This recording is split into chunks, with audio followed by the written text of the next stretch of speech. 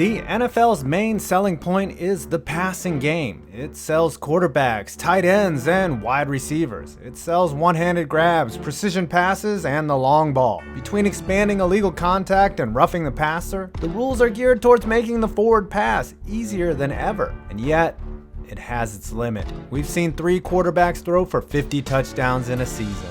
Pat Mahomes and Tom Brady both hit 50, and Peyton Manning set the record with 55. But we'll never see a quarterback throw for 60 TDs in a single season. And today, we're gonna find out why. Today, we're digging into why no quarterback will ever throw 60 touchdowns in a single season. To do that, we'll take Brady's 2007, Peyton's 2013, and Mahomes' 2018 season as examples of why each one stalled out in the 50s like McCarthy-era politics. The 21st century has produced a new breed of quarterback, the athletic freak. As the Mannings, Flaccos, and Bradys die out, their kind is replaced by the Murrays, Jacksons, and even the Daniel Joneses. Mobile quarterbacks open up the playbook, and that means the keeper is a viable alternative to the pass, especially in the red zone. In 2018, there were a total of 69 you know what I mean, rushing touchdowns by quarterbacks. Compare that to 2007, the year Brady became the first to throw 50, when there were just 39 rushing touchdowns from quarterbacks. The NFL is incorporating more college concepts into the game like the read option, and they've got the athletes to do it now, especially near the goal line where the passing lanes are most congested.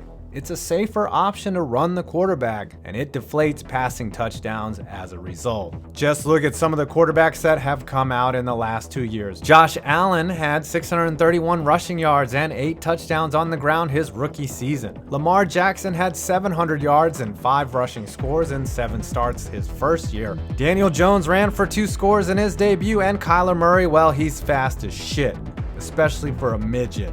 Disclaimer, fast as shit is the most accurate statistic available, as Kyler Murray has never run an official 40-yard dash.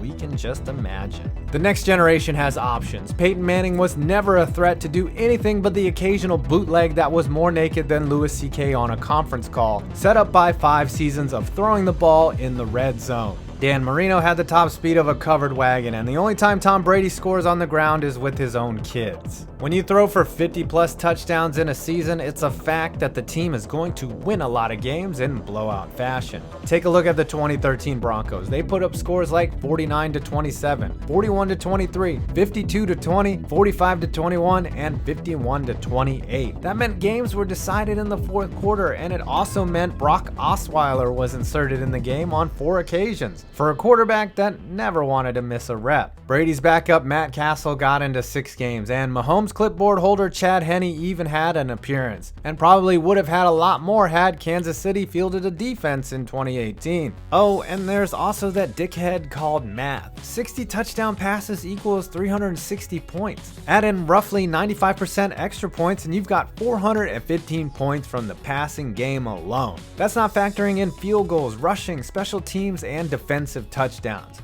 The median offense in 2018 only scored 376 points. The median defense gave up 360 total points. An offense that throws for 60 touchdowns will likely score close to 600 points, maybe more. So that's an average point margin of 15 per game. More blowouts than a tour bus stopping at a curry joint on the way to Poughkeepsie. Plenty of time to rest the quarterback in the fourth quarter, and likely in the last game or two, with the division title and home field advantage wrapped up heading into the playoffs. What I'm getting at is that it's not going to happen. No coach is cruel enough to run up the score that consistently. Well, except for Bill Belichick, and when he did it in 2007, it only turned into 50 touchdown passes. Suffice to say that probably won't happen again, not without Antonio Brown at least. Essentially, there's no need to throw for more than 55 touchdowns, and that's another reason it's unlikely anyone gets to 60. Even if they can throw for a record number of TDs, teams may not want to. Despite all the accolades that come along with throwing for 50 touchdowns, it has yet to result in a Lombardi. Brady stalled out in the Super Bowl with just 14 points. Manning managed just 8 in the big game, and Mahomes didn't make it at all. So why is that? These teams were built to win games in the fall, but not the winter. When the conditions worsen and offenses have to deal with rain, snow, and sometimes dildos, it makes it harder to grip and throw the football. giving the advantage to a defensive and running-oriented team, i.e. the Seahawks, Giants, and even the 2018 Patriots, the teams that vanquished our 50-touchdown passers. In their stellar years, Tom Brady threw just 6 touchdowns in 3 postseason games, a full touchdown below his average in the regular season. Manning threw just 5, 50% fewer than he averaged during the regular season. And Mahomes threw 3 touchdowns in 2 games, another 50% fewer than he averaged in 2018. Defense wins championships, and so does running the football, especially in the playoffs. It's not a switch a team can magically flip. It's an identity and the way a team is constructed. Are you listening to that, Andy Reid? Well, I guess you do kind of have an excuse.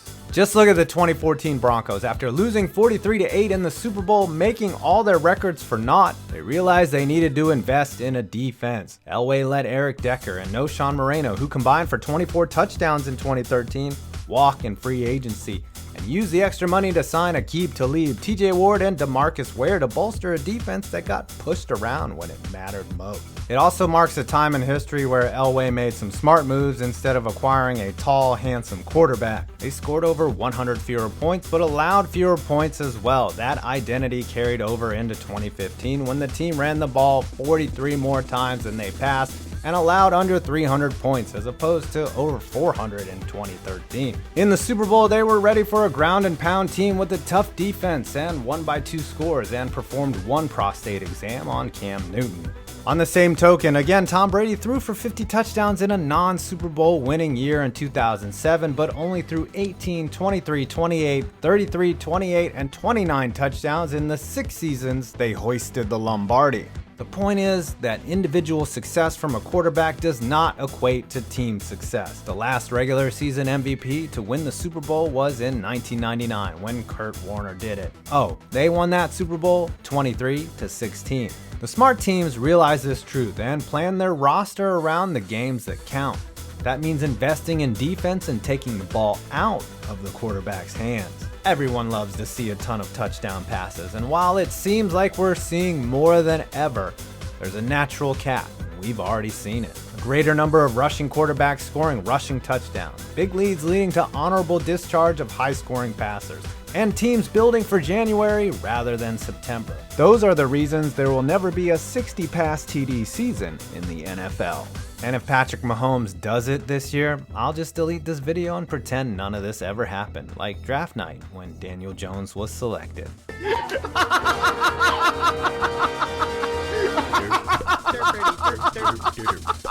Well, I hope you enjoyed this video. Please do not forget to check out MyBookie and use my code POINTS100 and get a 100% cash bonus on your first deposit. I'm 5 Points Vids, and you made it to my next video.